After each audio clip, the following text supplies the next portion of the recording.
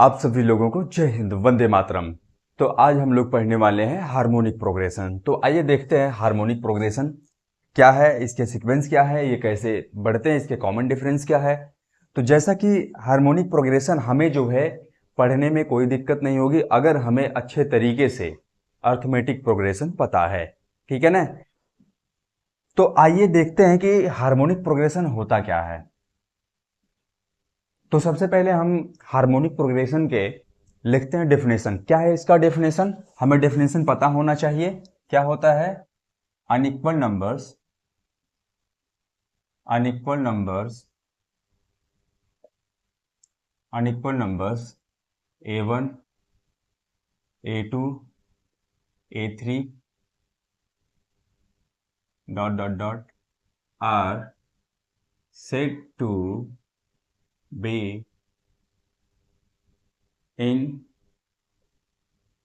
harmonic progression if 1 by a1 1 by a2 1 by a3 dot dot are in AP. क्या समझ में आया कि अगर ये जो नंबर हैं unequal number a1 a2 a3 ऐसे ये आगे बढ़ते हुए चले जाएंगे a4 a5 an तक, ठीक है ना। ये हमारे HP में होंगे कौन सी कंडीशन में? जब हमारा इन नंबर का क्या इनवर्स यानी कि 1 by a1 1 by a2 1 by a3 क्या हो जाए? AP में हो जाए, तब हम इसे बोलेंगे हार्मोनिक प्रोग्रेशन, ठीक है ना। तो इसका मतलब अगर हमें अर्थमेटिक प्रोग्रेशन अच्छे से पता है तो हार्मोनिक प्रोग्रेशन कुछ नहीं है, बस हम हार्मोनिक प्रोग्रेशन का जो भी क्वेश्चन है उसे क्या करेंगे, एपी में कन्वर्ट करेंगे इसी प्रकार से और सॉल्व करेंगे, ठीक है ना। तो जैसे एपी का जो nth टर्म होता है कैसे हम निकालते थे, क्या होता है T nth is equal to A plus n minus 1 into में डी। तो अब यहां पर अगर ये तो हमारा किसका हो गया, nth टर्म ऑफ एपी, ठीक है ना। अगर हमें HP का nth टर्म फाइंड करना हो तो हम क्या करेंगे, कुछ नहीं हमें करना है, nth टर्म ऑफ HP क्या हो जाएगा, is equal to 1 by nth term of AP। बात समझ में आई? इसके मतलब क्या हो गया हमारा 1 by A plus n minus 1 into में डी, ठीक है ना। यहां तक समझ में आया? तो अगर हमें यह समझ में आ गया तो जैसे मान लीजिए अगर एक दूसरा है कि अगर हमें जो है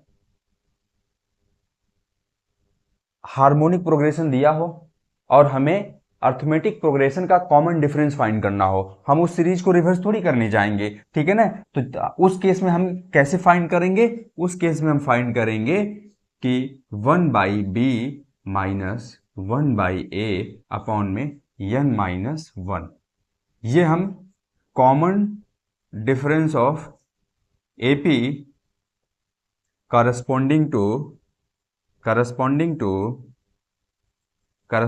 टू HP, यानी कि हार्मोनिक प्रोग्रेशन का जो सीक्वेंस दिया रहेगा और उसके सीक्वेंस के टर्म जो है पुट करेंगे और पुट करके जो है हम AP के डायरेक्ट हम कॉमन डिफरेंस निकालेंगे, ठीक है ना। तो ये जो फॉर्मूला आप इसे याद रख लीजिएगा, ठीक है ना। याद इसे आप निकाल भी सकते हैं, ठीक है ना, और आप इसे खुद ट्राई करिएगा। तो देखिए अब जैसे मान लीजिए यहां पर ये हमारा क्या है, A हमारा, जैसा कि आप लोग जानते हैं A हमारा क्या है, A is the first term, क्या है, फर्स्ट टर्म। B हमारा क्या है, B is the last term, क्या है, लास्ट टर्म। अब आपको समझाते हैं। जैसे मान लीजिए यहां पर हमें एक हार्मोनिक प्रोग्रेशन का सीक्वेंस दिया हुआ है 1 बाई 3 1 बाई 5 1 बाई 7 1 बाई 9, ठीक है ना। अब इसमें जो हमारा पहला टर्म है वो हमारा हो जाएगा a, यानी a इज इक्वल टू 1 हो गया। लास्ट टर्म क्या है, b इज इक्वल टू 1/9 हो गया। ठीक है ना। अब ये हमारे क्या है, ये हमारे किस में है, HP में है। इस बात को आप ध्यान दीजिएगा। ठीक है ना। अब हम अगर इस सीक्वेंस को हम क्या लिखेंगे, अगर AP में लिखेंगे तो क्या हो जाएगा, 1 3 5 7 9। ठीक है ना। तो ये फॉर्मूला क्या कहता है कि आपको जो है ये लिखने की आवश्यकता नहीं है, आप जो है डायरेक्ट ये जो HP के टर्म है इस फॉर्मूला में पुट करके आप जो है अर्थमेटिक के कॉमन डिफरेंस निकाल सकते हैं। वहां पे कोई दिक्कत आपको होने वाली नहीं है। ठीक है ना। तो अब आइए हम जो है इसके ऊपर लेते हैं क्वेश्चन और सॉल्व करेंगे, और क्वेश्चन लेने के बाद आपको जो है बहुत आसानी से समझ में आ जाएगा। क्वेश्चन लेने से पहले आपको ये बता दें कि ये जो हमारा हार्मोनिक प्रोग्रेशन है ये कुछ है नहीं।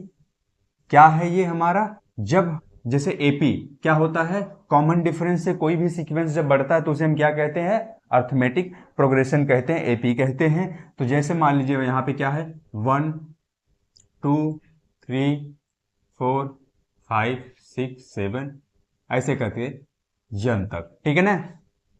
अब ये हमारा किस में है, एपी में है। कैसे पहचाने हम, दो नंबर के बीच का जो डिफरेंस है वो क्या है, 1 है, और ये 1 जो है क्या है, कांस्टेंट है पूरे सीक्वेंस भर। ठीक है ना।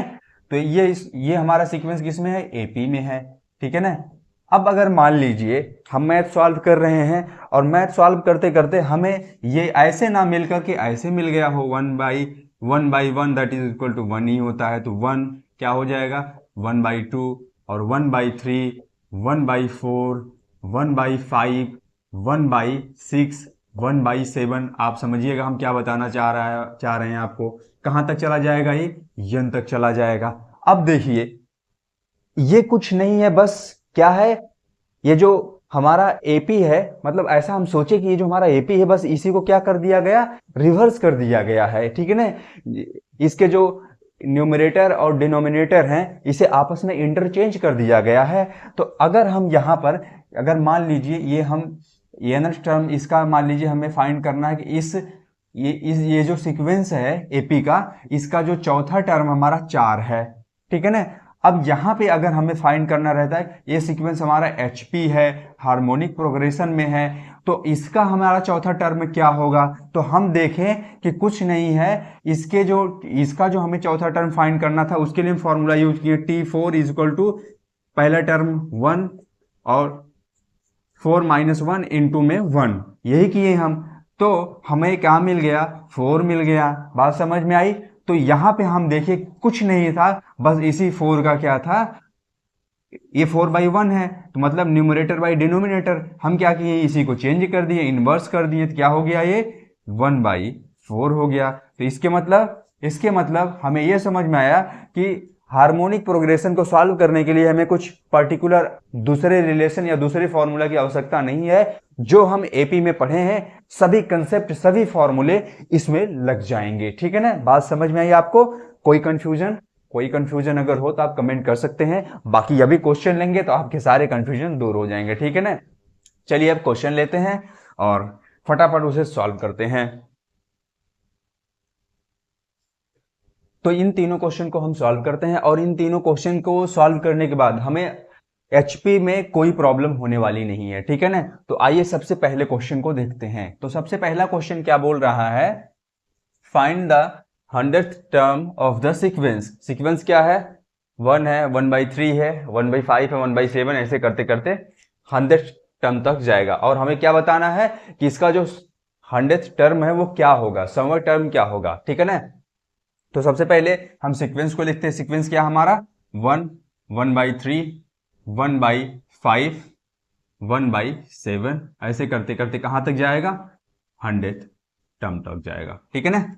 इतना समझ में आया। अब हम अगर नीचे देख रहे हैं तो नीचे क्या है, अगर नीचे वाले टर्म को हम ऐसे लिख दें, कैसे लिख दें कि 1 3 5 7 ऐसे करके ये 100 तक जाएगा। ठीक है ना।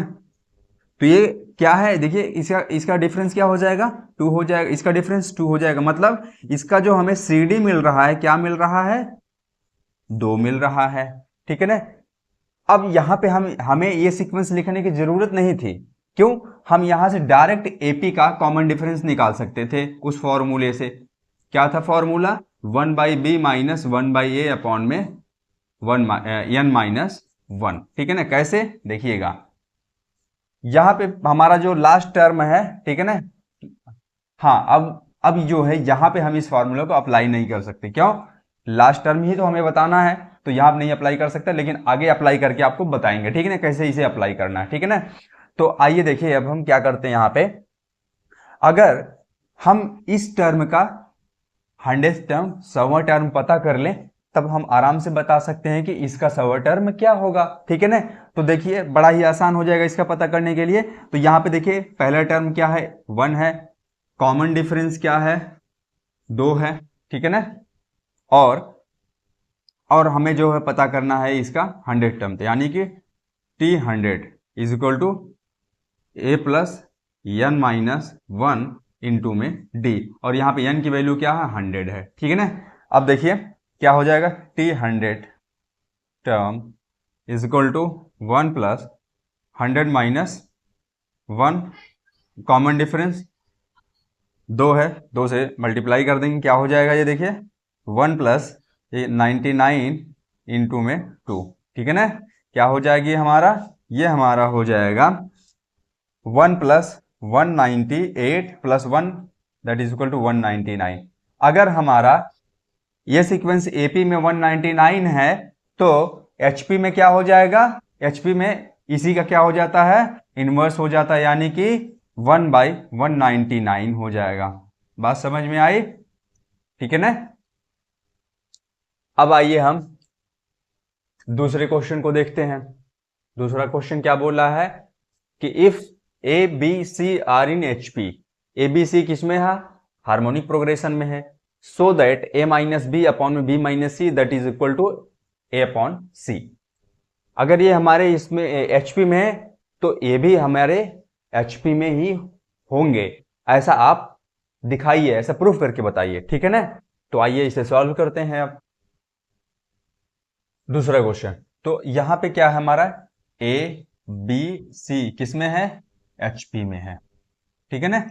और हमें क्या शो करना है? ए माइनस बी अपॉन में B minus C that is equal to A by C. अब देखिए यहां पर चाहे आप इसकी मदद से, ये भी हमारे ये हमें किस में बताना है कि ये एचपी में है कि नहीं है, ये एचपी में है कि नहीं है, ये शो करना है। ठीक है ना? दिखाना, बताना है कि ये एचपी में है कि नहीं है, शो करना है। ठीक है ना? तो अब हम यहाँ पे क्या करेंगे कि हम यहाँ पे ये जो टर्म एचपी में है, तो हमें पता है कि जो एचपी में टर्म होता है उसे अगर हम इन्वर्स कर देंगे तो वो हमारा किस में हो जाता है? एपी में हो जाता है। तो ये क्या हो जाएगा? 1/a 1/b 1/c किस में हो जाएगा? हमारा एपी में हो जाएगा। ठीक है ना? अब हमें पता है कि जो एपी का डिफरेंस होता है, कैसे हम इसको, ये तीन टर्म को आपस में कैसे इक्वल लिख सकते हैं? अगर हम 1/b माइनस 1/a करें और 1/c माइनस 1/b, मतलब कॉमन डिफरेंस ही तो लिखें, और दोनों कॉमन डिफरेंस आपस में क्या हो गए? बराबर हो गए। अब इन्हें हम क्या कर देते हैं? सॉल्व कर देते हैं। क्या हो जाएगा? हो जाएगा a माइनस बी, एलसीएम ले लेंगे ना, क्या हो जाएगा? ए बी हो जाएगा। ठीक है ना? आगे क्या हो जाएगा? बी माइनस सी हो जाएगा, और इधर क्या हो जाएगा? बी सी हो जाएगा। ठीक है ना? अब आप देख लीजिए क्या है हमारा, इनका रेशियो क्या है? ए माइनस बी अपॉन में बी माइनस सी। तो हमें देखिए मिल गया है। इसके मतलब हम इस टर्म को अगर यहां पर लेके चले आए तो हमें जो है ये जो रिलेशन है मिल जाएगा। ए माइनस बी अपॉन में B minus C is equal to, अब ये कहां चला जाएगा? यहां चला आएगा, ए बी अपॉन में बी सी। आप देखेंगे बी बी से कैंसिल आउट हो जाएगा, बचेगा क्या हमारा? बचेगा हमारा final A minus B upon में B minus C that is equal to, जो रिजल्ट बोल रहा था हमें दिखाइए, शो करके बताइए, तो वो हमने क्या कर दिया? प्रूफ कर दिया, शो कर दिया। ठीक है ना? इसके मतलब ये जो है हमारा एचपी में है, और ये भी हमारा किस में है? एचपी में है। ठीक है ना? अब तीसरा क्वेश्चन, बहुत बढ़िया क्वेश्चन है ये, हमारा जो है आईआईटी में आया हुआ क्वेश्चन है। ठीक है ना? आप देखिए इसमें ये जो क्वेश्चन है दिखने में आपको छोटा सा लग रहा होगा, लेकिन इसमें जो है आपको जो है अर्थमेटिक प्रोग्रेशन अच्छे से आना चाहिए और अर्थमेटिक प्रोग्रेशन के सारे रूल आपको पता होने चाहिए, तब जाके आप इसे सॉल्व कर पाएंगे। ठीक है ना, तो आप सोचिए, तब तक हम इसे इरेज करते हैं।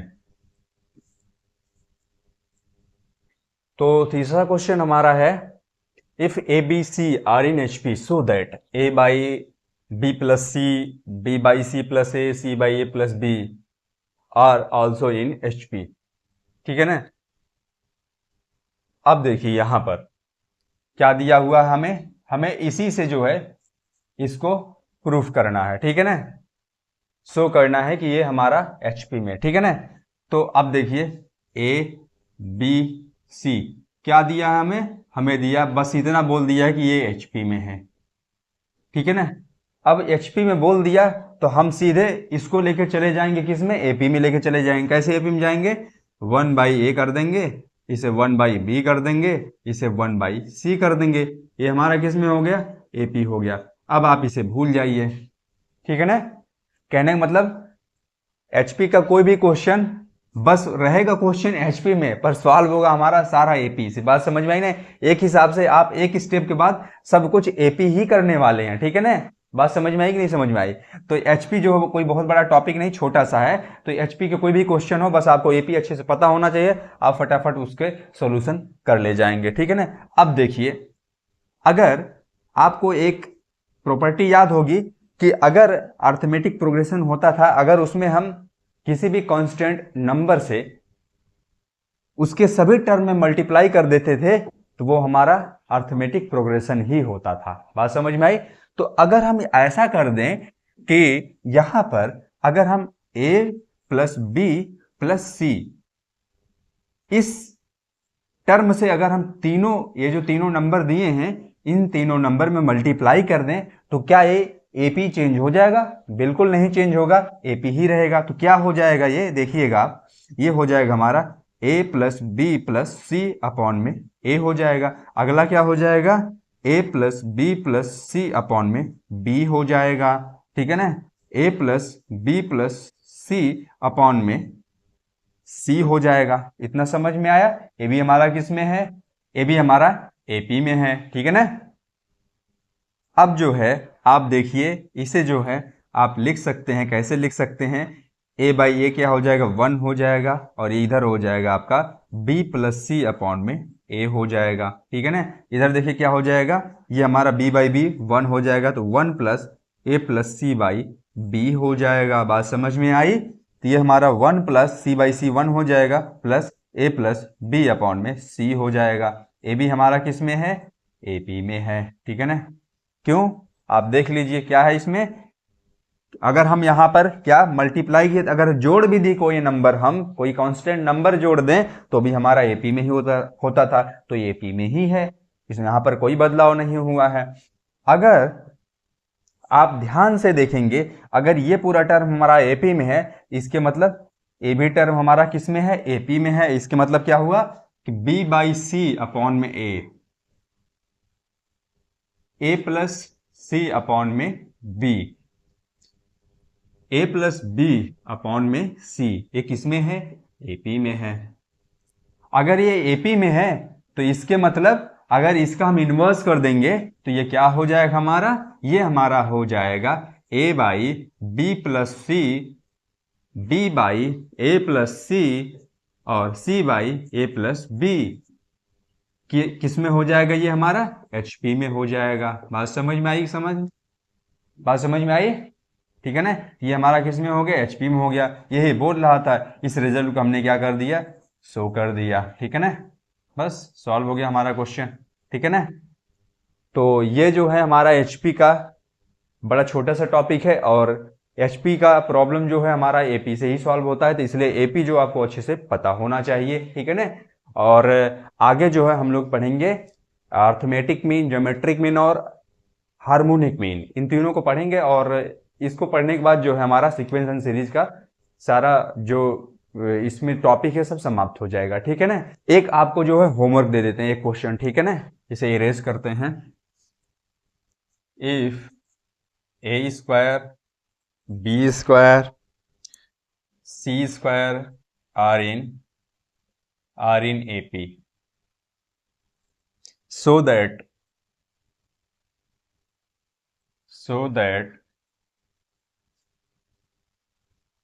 B plus C,